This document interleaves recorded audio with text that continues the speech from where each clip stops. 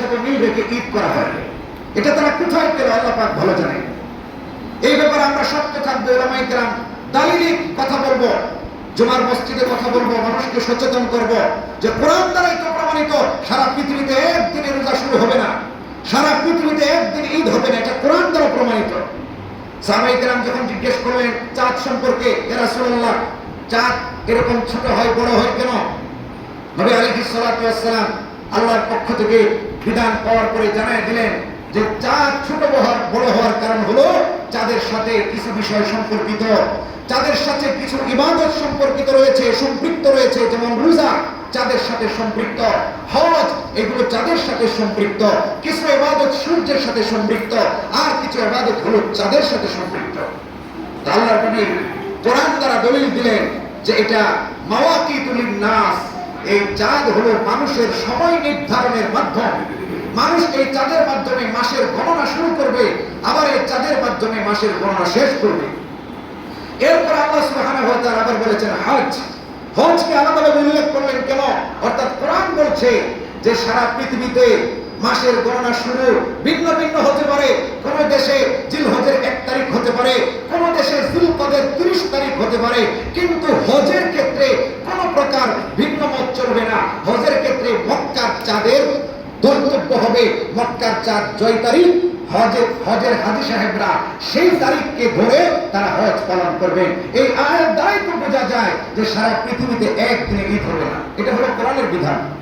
এরপর বৈজ্ঞানিকের বিধান অনুযায়ী, বৈজ্ঞানিকের কথা অনুযায়ী তো আমাদের দেশ আর সৌদি আরবের দেশের সময়ের মধ্যে মিল নাই। 3 ঘন্টা 3.5 ঘন্টা ব্যবধান, আমেরিকার সাথে 7 ঘন্টা 8 ঘন্টা ব্যবধান, কোন দেশের সাথে 10 ঘন্টা ব্যবধান। অনেকে বলে যে একসাথে ঈদ করব, কেন?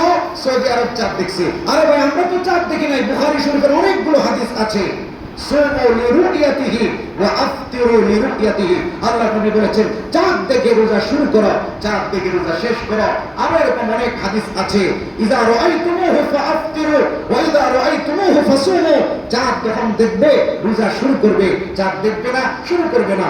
আর যদি এমন হয় আসমানে মেঘ আছে, অস্পষ্ট হয়ে যায়, ফাইন উগমি আলাইকুম ফাকবিলু ইদ্দাতা শাবান 30। যদি অস্পষ্ট হয়ে যায়, দেখা না যায়, তাহলে 30 গণনা করো, আরবি মাসকে 30 গণনা করো। এইভাবে আমরা ওলামায়ে কেরাম জনগণকে বুঝিয়ে একই দিনে সারা বিশ্বে ঈদ পালন করা, এই যে ভ্রান্ত একটা কথা, এটাকে আমরা তার ভাঙ্গা জবাব দেওয়ার মাধ্যমে আমাদের সমাজ থেকে এটাকে বিদায় জানাবো ইনশাআল্লাহ। ইখলাসের নিয়তে আমরা কুরবানি করব। আল্লাহ সুবহানাহু ওয়া তাআলা আজকের আয়োজনকে কবুল করুন। বাংলাদেশ খেলাফত মজলিস মহানগর এবং জেলার দায়িত্বশীল ওলামায়ে কেরাম যে সুন্দর আয়োজন করেছেন, আল্লাহ পাক তাদের আয়োজনকে কবুল করুন। যারা কষ্ট করে এসেছেন, বিশেষ করে আল্লামা আবু তাহের জিহাদি হাফিজাহুল্লাহ, আল্লাহ যেন ওনার হায়াতের মধ্যে বারাকা দান করেন, আল্লাহ যেন ওনার ছায়াকে আমাদের উপর দীর্ঘায়িত করেন। আমিন। ওয়া আখিরু দাওয়ানা আলহামদুলিল্লাহি রাব্বিল আলামিন। আসসালামু আলাইকুম ওয়া রাহমাতুল্লাহ। এবং ওনার আলোচনার শেষে উনি আখিরি মোনাজাতের মাধ্যমে ইনশাআল্লাহ আমাদের এই প্রোগ্রাম সমাপ্তি ঘোষণা করা হবে। আসসালামু আলাইকুম ওয়া রাহমাতুল্লাহি ওয়া বারাকাতুহু। ওয়া আলাইকুম আসসালাম ওয়া রাহমাতুল্লাহি ওয়া বারাকাতুহু। أما بعد فأعوذ بالله من الشيطان الرجيم. بسم الله الرحمن الرحيم. والفجر وليال عشر والشفع والوتر والليل إذا يسر هل في ذلك قسم لذي حجر. صدق الله العظيم. فبدر الشريف اللهم صل على محمد وعلى آل محمد كما صليت على إبراهيم وعلى آل إبراهيم إنك حميد مجيد. اللهم بارك على محمد وعلى آل محمد كما باركت على إبراهيم وعلى آل إبراهيم إنك حميد مجيد. حضرات علماء الكرام عزيز طلبة, হিজরি সনের সর্বশেষ চাঁদ হল জিলহজের চাঁদ। জিলহজের পরেই নতুন আবার বছর শুরু হবে, হিজরি বছর মুহররম দ্বারা। শেষ চাঁদের প্রথম 10 দিন এবাদতের ভরা মৌসুম। যেমন আমের ভরা মৌসুম, কাঁঠাল ফল ফলের ভরা মৌসুম আছে। মিষ্টির দোকানওয়ালা বললো যে আম কাঁঠাল আসলে মিষ্টির মৌসুমে ভাটা পড়ে যায়, মিষ্টির দোকানে আয় ব্যয় কমে যায়, মিষ্টির দোকান এসব তাদের সমস্যা হয়। আল্লাহ পাক এটাকে এই জিল হজের প্রথম 10 দিনকে এবাদতের দ্বারা ভরপুর করে এবাদতের ভরা মৌসুম বানিয়ে দিয়েছে। সুবহানাল্লাহ। আর এই এবাদতের এই মৌসুমের সবাই বুঝে, মৌসুম কাজে লাগায়। ধান কাটার মৌসুম অন্য কাজ করা যায় না। আমাদের এলাকায় মাছ ধরার মৌসুমে অন্য কোনো কাজ না করে অল্প সময় মাছ ধরলে নিজের খাওয়া পড়া আত্মীয় বাড়িতে দিয়ে শুটকে দেওয়া পর্যন্ত হয়। এমনি এটা এবাদতের ভরা মৌসুমের মাস। সুতরাং আজকের এই মুহূর্তে লক্ষ লক্ষ হাদিস আমরা পবিত্র কাবা শরীফে আছে, প্রায় চলে গেছে, অল্প কিছু হাজি বাকি আছে। মক্কায় বীর, মদিনায় বীর, এবাদতের মৌসুম, হজের মৌসুম, এবাদতের মৌসুম। এই মৌসুমের প্রথম 10 দিনের আল্লাহ কসম খাইছে। আল্লাহ পাক কসম খাইছে ফজরের বা সময় বা সুবহে সাদেকে। আল্লাহ পাক কসম খাইছে জোর এবং বেজোরে। আল্লাহ পাক কসম খাইছে রাতের যা সহজে চলে যাচ্ছে। এই কসমগুলি খেয়ে আল্লাহ রাব্বুল আলামিন এই মৌসুমটার গুরুত্ব আমাদেরকে দিছে। এই গুরুত্ব নিয়ে উলামায়ে কেরাম, বিজ্ঞ উলামায়ে কেরাম বহুত আলোচনা করেছে। আমাদের কাছে কিছু কাজ ছুটে গেছে, আর বাকি 10 দিন আগামী ঈদের দিন পর্যন্ত কিছু কাজের সুযোগ এখনো আছে। যেমন আজকে রাত্রে যে আমরা ইবাদত বন্দেগী করব, যদি 2 রাকাত নামাজ বাড়াই করি, একটু ইবাদত বন্দেগী করি, শেষে ডাকে বাকে উঠি, তাহলে এক রাতের ইবাদত সারা রাত নয়। অল্প সময় ফজর করলাম আর এশা করলাম, আজকে কিছু ইবাদত করলে এক রাতের ইবাদতে আল্লাহ আমাদের আমল নামায় 83 বছর 4 মাস ইবাদতের সওয়াব দান করবে। সুবহানাল্লাহ। এটা পেয়ে গেলাম। আজকে যদি সাহরি খেয়ে আগামীকাল রোজা রাখি, তো আল্লাহ পাক আমাদের আমল নামায় 1 বছর নফল রোজার সওয়াব আল্লাহ পাক দান করে দিবেন। সুবহানাল্লাহ। কি সুযোগ আমাদের জন্য! একটা বছর রোজা রাখা কত কষ্ট, একদিনের রোজার দ্বারা এটা পেয়ে গেল। এমনি ভাবে 9 তারিখ আসতেছে আরাফার দিন। আমরা যদি এই তারিখে রোজা রাখি, তাহলে 1 বছরের অতীত, 1 বছরের অগ্রিম আল্লাহ পাক আমাদের গুনাহ মাফের এবং সওয়াবের ঘোষণা দিয়ে দিবেন। এই সুযোগ আমরা পাচ্ছি। 9 তারিখ সুবহে সাদেক থেকে নিয়ে 13 তারিখ ফজর পর্যন্ত আইয়ামে তাশরিক, তাকবীরে তাশরিক আমরা পড়ব। পুরুষেরা জোরে জোরে, মহিলারা আস্তে একবার আমরা আদায় করব। এই যে আইয়ামে তাশরিক, এটা কত বড় দামি জিনিস। এই যে আইয়ামে তাশরিক, আল্লাহু আকবার, আল্লাহু আকবার, আল্লাহু আকবার। হযরত জিবরাইল আমিন যখন ইব্রাহিম আলাইহিস সালাম গলায় ছুরি দিয়া চেষ্টা শুরু করলেন, স্বপ্নে দেখছিলেন রাতের বেলা। স্বপ্নে দেখে সকালবেলা ছেলে নিয়ে আসছে, বাসার থেকে বেরিয়ে ছেলে নিয়ে তৈরি করে মিনে যেতে 9টা বাচ্চা মনে করেন। এবার ছেলের শোয় দিয়েছে। ফালাম্মা আসলামা, দূরে দূরে শুয়ে সারেন্ডার করলেন। ওয়াতাল্লা, এবং তারা যখন এইভাবে সারেন্ডার করে ওয়াতাল্লা ওয়ালিল জাবিন, যখন শুয়ে বললেন কাজ হয়ে, ইব্রাহিম আলাইহিস সালাম ছুরি দিয়ে চেষ্টা করতেছে, ছেলে ছুরির নিচে আছেন। কি একটা ভয়ানক অবস্থা! একমাত্র ছেলেকে ছুরির নিচে দেওয়া। বাবা বৃদ্ধ মানুষ, 90 বছর বয়সের বাবা চেষ্টা করে যাচ্ছে, দাঁড়ালো ছুরি নিয়ে কত কথাই শুনছে, কিন্তু ছেলের গলায় ছুরি লাগাইছে। সকাল 9টায় জবাই শুরু হইল, কিন্তু গলা কাটে না। আল্লাহ ইব্রাহিমকে বলছেন ছেলে জবাই করো, ইসমাইলকে বলছেন জীবনটাই জবাই করে দাও। মক্কায় একটা খুতবা শুনছিলাম, যাবাহাল আবু মুহাব্বাতাহু ওয়া হানিনা ওয়া যাবাহাল ইবনু ওয়াজুদাহু ওয়া কারামা। ছেলে তার অস্তিত্ব জবাই করে দিলেন, বাবা তার কলিজার টুকরাকে জবাই করে দিলেন। সকাল 9টা থেকে শুরু করেছে।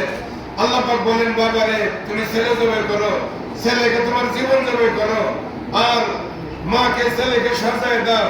সবই রেডি আছে। আর দাঁড়ালো ছুরি রেখে বলে দিলেন, এটা আমার প্রেমের খেলা, দেখো আমার আত্মশুদ্ধির লাইনে, আত্মত্যাগের লাইনে বাপ কি করতে পারে, ছেলে কি করতে পারে, কে ছেলের মায়াতে, কে তার প্রাণের মায়াতে। দেখো একটু এই দেখার জন্য তো লাগাই দিল, এবার বলে দিল ছুরি, এই সুরা, এই ছুরি তুমি তার বসনটাও কাটবা না। বাস বসনও কাটছে না। এই অবস্থা শুরু হলো সকাল 9টায়, চলছে খেলা, প্রেমের খেলা, আশকের খেলা, মহব্বতের খেলা। হয়ে গেছে প্রায় 12টা কাছে গেছে বা 12টা হয়ে গেছে। আল্লাহ পাক ফেরেশতাদের বলে উনজুর ইলাল জাবাল, তাকাও পাহাড়ের দিকে, দেখো আমার ইশকার প্রেমের ফাইনাল অবস্থাটা দেখো। ফেরেশতারা দেখতেছেন, ফেরেশতারা দেখতেছেন, ফেরেশতাদের অনুমতি দেওয়া হয়েছে। ফেরেশতারা তাকাইছেন, সইতে পারছেন না। ফেরেশতা চিৎকার করেছেন, রব্বানা ইরহামানা হাযা শাইখ, ও আল্লাহ এই বুড়া মানুষটার উপর দয়া করো, এই বুড়া মানুষের উপর দয়া করো। শুরু করেছে সকাল 9টা, এই দারুণ ছুরি নিচে, ছেলে নিচে, আয় আল্লাহ দয়া করো, দয়া করো। মুফতি আল্লাহ তিবলিস সাগীর এবং ছোট্ট বাচ্চাটাকে মুক্তির পণের বিনিময়ে, কিছু হাদিয়ার বিনিময়ে, প্রাণের বিনিময়ে তাকে বাঁচায় দাও। তার ভিতরে যে তোমার ইশকের আগুন আছে, তার ভিতরে যে তোমার প্রেমের আগুন আছে, এই আগুনটা এখন যদিও একজনের কলবে, তাকে বাঁচায় দিলে তার কলমের আগুন গোটা পৃথিবীতে দাবানলের মতো ছড়ায়া কোটি কোটি মানুষের প্রেমে তোমার ইশকের আগুন লাগবে। তুমি ইসমাইলকে বাঁচায় দাও। ফেরেশতাদের চিৎকারের সময় আল্লাহ পাক ইরহাম আল্লাহ হাযা শাইখ বলতেছেন, আসমান তখন দুনিয়াটা অন্ধকার হয়েছে, কেমন যেন দুনিয়া কাঁপতে শুরু করেছে, দুনিয়া জমিন কাঁপতে শুরু করেছে, আসমান কাঁপতেছে, জমিন কাঁপতেছে। এই অবস্থায় ফেরেশতাদের চিৎকারের সময় ফান হাদারা মিনাল জাবালে কাবসা, ইব্রাহিম আলাইহিস সালামের সামনে জিবরাইল একটা দুম্বা নিয়ে হাজির হয়েছেন। দুম্বা নিয়ে হাজির হয়ে জাবালের রহমতে নেমেছেন। জাবালের রহমতে নেমে আমরা বলে বলতাম ইব্রাহিম থামো, কিন্তু না, ইব্রাহিমকে বলতেছেন আল্লাহু আকবার, আল্লাহু আকবার। আল্লাহ বড়, হে ইব্রাহিম, যার জন্য ছেলে জবাই করো তিনি তো বড়। আল্লাহু আকবার, আল্লাহু আকবার বলছেন। ইব্রাহিম তাকে কেন, কার আওয়াজ কে বলতেছে? এখানে তো আমি ছাড়া আর কেউ নাই। আর যা বলে আল্লাহ হবে তো ঠিকই বলতেছেন। সুতরাং উনি ইব্রাহিম জবাব দিলেন, হাতে তখন ছুরি আছে, ছুরিটা ছেলের গলায় আছে। এই অবস্থায় ইব্রাহিম বলে উঠছিলেন, লা ইলাহা ইল্লাল্লাহ, আল্লাহ ছাড়া আর কেউ নাই যার সম্পর্কে বলছো। তখন এই কথাটা ছুরির নিচে থেকে ছেলে ইসমাইল শুনেছে। ইসমাইল শুনে বলে উঠছেন, আল্লাহু আকবার, আল্লাহু আকবার ওয়া লিল্লাহিল হামদ। আমরা যাইয়ামে তাশরিকে এই যে শব্দগুলি পড়ি, আমরা কি একবার চিন্তা করেছি? একবার কল্পনার জগতে নিজের ইব্রাহিম বানাই না, কল্পনার জগতে হাতে ছুরিটা ধরি না, কল্পনার জগতে ছেলেকে শোয় না। তখন আমি দেখবো ইব্রাহিম আলাইহিস সালামের হাতে ছুরি ছিল, আমি দেখবো জিবরাইলের হাতে দুম্বা ছিল, আমি দেখবো ইসমাইলের গলায় ছুরি ছিল। কি আবেগময় অবস্থায় আজকে আমরা তুতা পাখির মতো বলছি, আইয়ামে তাশরিক চলে যায়, আমাদের মনে থাকে না তকবীরের জন্য। একজন বলে পরে সবাই চিৎকার করা শুরু করি। ও আমার ভাইরা, এই ঈদ যেন একটা আমাদেরকে একটা চেতনা জাগায় দিয়ে যেতে পারে। এই ঈদ যেন আমাদের কালবের ভিতরে ইশকের আগুন লাগাই দিতে পারে। এই ঈদ আসবে, আবার চলে যাবে, আমাদের কিছু দিয়ে গেল না, হবে না। সুতরাং আসুন, এই আসন্ন ঈদুল আজহা যে কাজগুলি বাকি আছে যারা করে ফেলে দিচ্ছি, আজকের থেকে যারা নখ কাটি নাই, আমরা নখ কাটবো না, আজকের থেকে আর মুখ কাটবো না, আজকের থেকে আর চুল কাটবো না। যে সুন্নতগুলি আমাদের, যে কাজগুলি বাকি ছিল, এগুলি আমরা করব, কোরবানি আমরা দেব। আল্লাহ রাব্বুল আলামিন আমাদেরকে তৌফিক দান করেন। আমি আপনাদেরকে সময় দেওয়ার ইচ্ছা ও নিয়ত ছিল, কিন্তু নানান কারণে বুঝলি আমি কষ্ট দিতে পারতেছি না। এখন ভাইসাব দোয়া করবে, আমি ওয়া আখিরু দাওয়ানা আলহামদুলিল্লাহি রাব্বিল আলামিন। আল্লাহুম্মা আনতাস সালাম, ربنا تقبل منا انك انت السميع العليم وتب علينا انك انت التواب الرحيم। আয় মেহেরবান আল্লাহ, আমার কলিজার টুকরো শেখুল হাদিস আল্লামা আজিজুল হকের আমানতকে হেফাজত করো আল্লাহ। আমিন। আজিজুল হক সাহেবের চেতনা অনুযায়ী এই দেশে ইসলামকে জিন্দা করে দেখায় দাও আল্লাহ। উনি তো বুখারী নিয়ে রাস্তায় বসে পড়াইছেন, উনি তো জেল জুলুম খেটেছেন, ওনার খেলাফতকে তুমি কবুল করে নাও আল্লাহ। সকল কর্মীদেরকে যোগ্যতা দান করে দাও, ইখলাস দান করে দাও। আয় মেহেরবান মাওলা, মাদ্রাসাকে কবুল করে নাও, আমাদেরকে আল্লাহ মাদ্রাসাকে কবুল করে নাও।